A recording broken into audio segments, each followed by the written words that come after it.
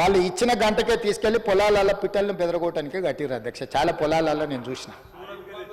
సూరత్లో తూకానికి తెచ్చిరు అధ్యక్ష. 6.5 మీటర్లు చీర ఉంటే 1/2 మీటర్ దండి కొట్టి 6 మీటర్లు చేసి అందులో కూడా కోతలో తూకంలో దండి కొట్టి కమిషన్లు మింగి బతుకమ్మ చీరల పేరు మీదుగా దోపిడీకి పాల్పడితే వస్తేనే బతుకమ్మ చీరల్ని రద్దు చేసి 65 లక్షల మంది స్వయం సహాయక సంఘాలకు ఒక్క చీర కాదు 2 చీరలు మంచి చీరలు కట్టుకునే చీరలు ఉండాలని చేనేత కార్మికులకు కాంట్రాక్ట్ ఇచ్చి పండుగ పూట సారే సీర మన ఇంటికి ఆడబిడ్డ వస్తే ఎట్లా పెడతామో అంత మంచి చీరల్ని ఈరోజు ఆడబిడ్డలకి ఇచ్చి మీ సోదరుడు ఉన్నాడు ఈ రాష్ట్ర ముఖ్యమంత్రిగా, మీ ప్రభుత్వం ఉన్నది, మీరు పండుగ పూట కట్టుకునే చీరలు అని చెప్పి ప్రతి ఆడబిడ్డకు 2 చీరలు 2 జతల బట్టలు ప్రతి సంవత్సరం ఇవ్వడానికి 1,30,00,000 చీరలు చేనేత కార్మికులకు ఆర్డర్ ఇచ్చి ఆడబిడ్డల ఆత్మగౌరవం మన ప్రభుత్వం నిలబెట్టింది అధ్యక్ష. ఇది మాకు ఆడబిడ్డల పట్ల ఉన్న చిత్తశుద్ధి, నమ్మకము. మాది భావోద్వేగంతో కూడుకున్న బంధుత్వం అధ్యక్ష. ఆడబిడ్డలతోటి ఆడబిడ్డలు ఆనాడు ఇందిరమ్మను అమ్మ అన్నారా, తర్వాత ఎన్టీఆర్ను అన్నా అన్నారు. ఈ రోజు నన్ను రేవంత్ అన్న అని పిలుస్తుండ్రు. అది నాకు సంతోషం అధ్యక్ష.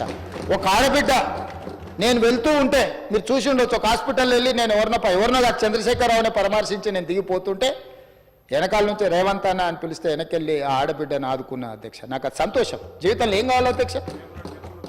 వేములవాడ టెంపుల్ గురించి శ్రీనివాస్ చెప్తున్నాడు. అక్కడైనా ఈరోజు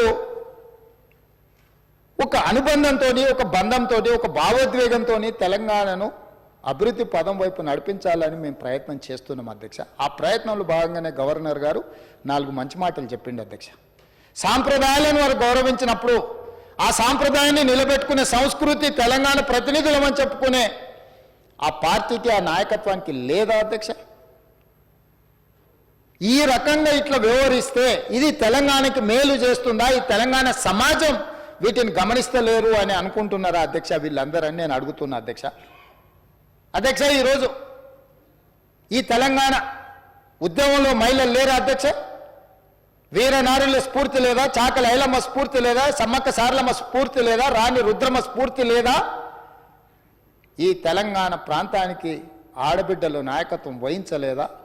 ఒక్క మహిళా కళాశాల ఉంటే దాన్ని గాలికి వదిలేస్తే యూనివర్సిటీ స్టేటస్ ఇవ్వకుండా పార్టీ సొంత నాయకులకు యూనివర్సిటీలు ఇచ్చుకున్నారు, కానీ మహిళలకు యూనివర్సిటీ జీవో ఇచ్చి దాన్ని బిల్లు చేయకుండా చట్టం చేయకుండా వదిలేస్తే నా దగ్గర ఉన్న విద్యాశాఖ మిత్రులందరిని అడిగి క్యాబినెట్లు ఆమోదించి యూనివర్సిటీ స్టేటస్ ఇవ్వడమే కాకుండా వీరనారి చాకలి ఐలమ్మ పేరు పెట్టి దానికి అవసరమైన 550 కోట్ల రూపాయల నిధులు ఇచ్చి